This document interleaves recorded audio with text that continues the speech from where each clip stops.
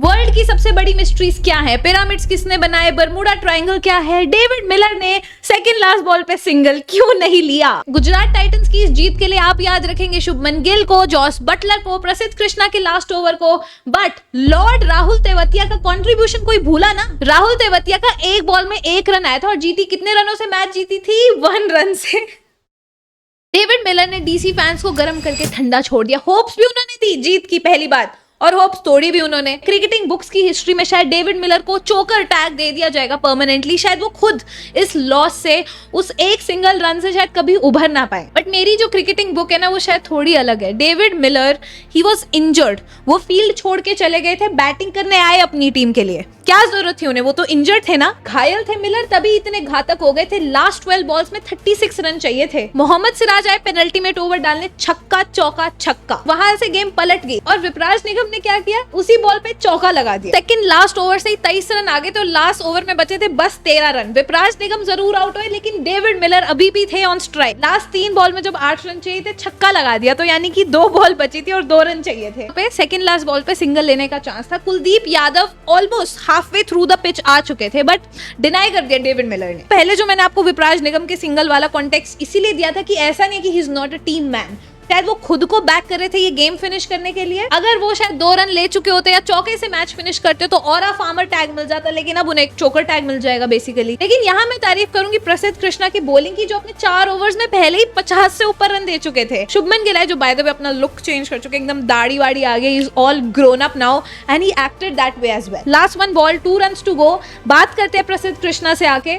प्रसिद्ध कृष्णा उसके बाद डालते हैं स्लोअर बाउंसर। फील्ड भी उसके अकॉर्डिंग सजी हुई थी, तो डेविड मिलर ने एंटिसिपेट तो किया होगा और पुल शॉट खेलने की कोशिश थी जो कनेक्ट नहीं हुआ, because the ball was dipping really low and connection नहीं हुआ। पीछे Jos Buttler, that was a clutch moment for me by the way. Jos Buttler अपना अंडर आर्म थ्रो करते और डायरेक्ट हिट जाके लगते, और Kuldeep Yadav, I think he tried really hard to complete that run, but of course नहीं कर पाए वो। और एक और ट्विस्ट आने वाला था। मिलर शायद रिग्रेट करे होंगे कि उनकी हाइट 1.87 मीटर्स क्यों है, 1.74 मीटर्स क्यों नहीं थी, क्योंकि ये वाइड करार दी जाती। डीसी ने रिव्यू किया था इसका, ये वाइड दी जानी थी, बट जो बॉल थी वो 1.75 मीटर से होके गई थी, so it was not a wide. अगर वाइड नहीं थी तो clearly GT were the winner. तो मैंने काफी टेक्निकल वे में समझा दिया कि इस मैच में हुआ क्या था, स्पेशली एंड में आते आते, and it was like a roller coaster of a match. कि मैं डीसी फैन से एक ही बात कहूंगी कि आपको इससे टेकन अ बैक नहीं होना चाहिए ना। होपफुली डीसी का कैंपेन यहाँ से डीरेल ना हो जाए, क्योंकि यही होता है, वो पहले बैक टू बैक मैचेस जीतते आ रहे थे एंड अब यहाँ से अगर एक हार गए तो ऐसा ना हो कि भाई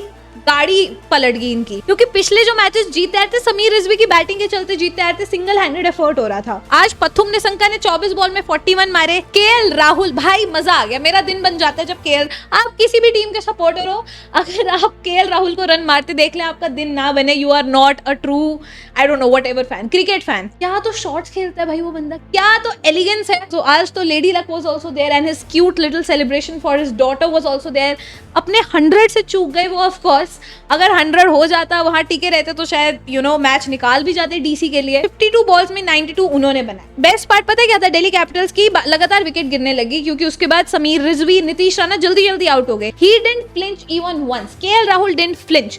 उन्होंने अपने स्ट्राइक रेट पे इफेक्ट आने ही नहीं दिया, 150 के ऊपर ही रखा through out the inning strike rate अपना। क्रिस्टन स्टब्स को कौन नंबर 7 पोजीशन पे भेजता? अक्षर पटेल उनसे ऊपर है, समीर रिजवी उनसे ऊपर आ गए, क्रिस्टन स्टब्स रन आउट हो गई इवेंचुअली। वो भी होते तो शायद गेम फिनिश कर सकते थे। केएल राहुल तो फॉर्म में आ ही गए हैं, साथ में राशिद खान, इतना खौफनाक बंदा फॉर्म में आ चुके हैं ना। आज के प्लेयर ऑफ द मैच वही थे।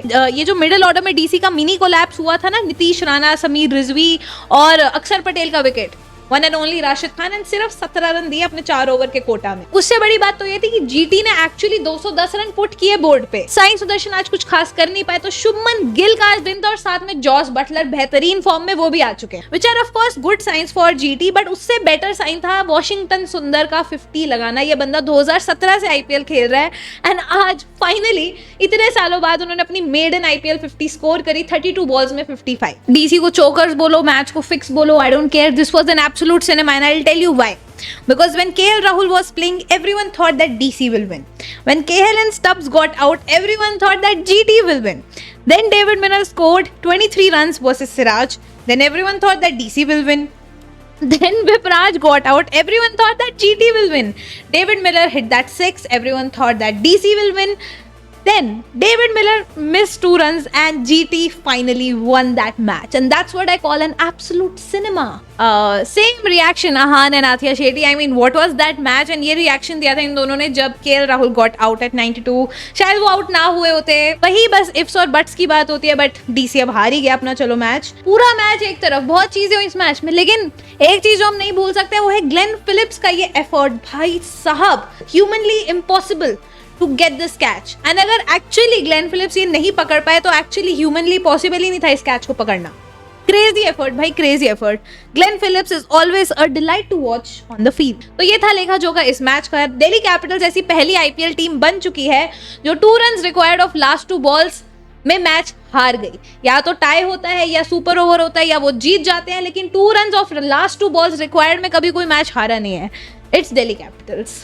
लेकिन अब बात करते हैं आज के मैच की, यानी कि केकेआर वर्सेस एलएसजी, जो कि होने वाला है ईडन गार्डन में। केकेआर के साथ जो चल रहा है आप सबको पता ही है। पिछला मैच जैसे तैसे उनको 1 पॉइंट मिल गया फ्री में। पंजाब किंग्स का जो उनके साथ मैच था वॉश आउट हो गया था, तो 1 पॉइंट तो मिल गया, लेकिन क्या आगे 2 पॉइंट जोड़ पाएंगे is a very tough question, क्योंकि एलएसजी अपना लास्ट और पहला मैच इस टूर्नामेंट का जीतते हुए आ रही है versus SRH. Like if you see, LSG has been the best bowling side in the tournament so far in the power play. 7 wickets ले चुके हैं वो अब तक इन 2 मैचेस में, और इकोनॉमी भी is like less than 5, around 4 का इकोनॉमी रहा है। वहीं केकेआर इज दैट टीम जिनका बेस्ट पावर प्ले रहा है बैटिंग के टर्म्स में। तो ये बॉलिंग वर्सेस बैटिंग का पावर प्ले में हमें जो बैटल देखने वाला है उसके लिए मैं बहुत ज्यादा एक्साइटेड हूँ। यानी कि शमी होंगे, प्रिंस यादव होंगे और सामने होंगे फिन एलन, तो वो बड़ा मजेदार होने वाला है देखने के लिए। देखते हैं रहाणे की फॉर्म अब कैसे रहती है। पहले मैच में उन्होंने काफी पीक किया था, अब क्या करेंगे ये देखने वाली बात रहेगी। And as far as I know, Cameron Green is also expected to bowl versus LSG. Batting से तो देखो कुछ हो नहीं पा रहा, तो भाई बॉलिंग में अब चिप इन करना पड़ेगा इन माय ओपिनियन, क्योंकि ये केकेआर के साथ इतनी इंजरी इश्यूज चल रहे हैं, मतलब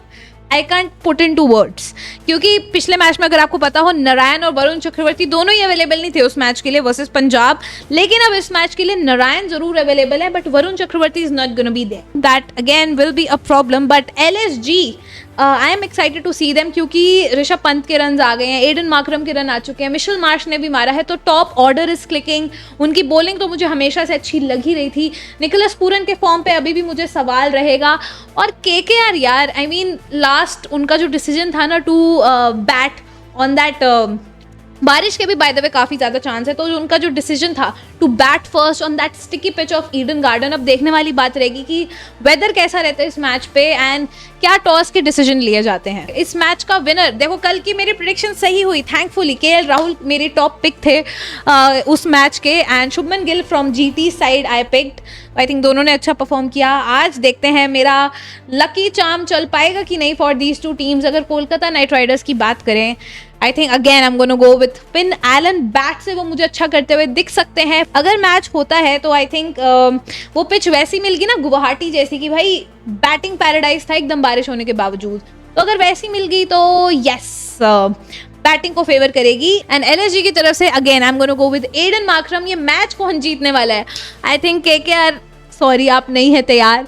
LSG I am picking them to win this match. Back to back victories register कर लो, मजा आ जाएगा। तुम्हारे ओनर संजीव गोयनका सर भी काफी खुश हो जाएंगे।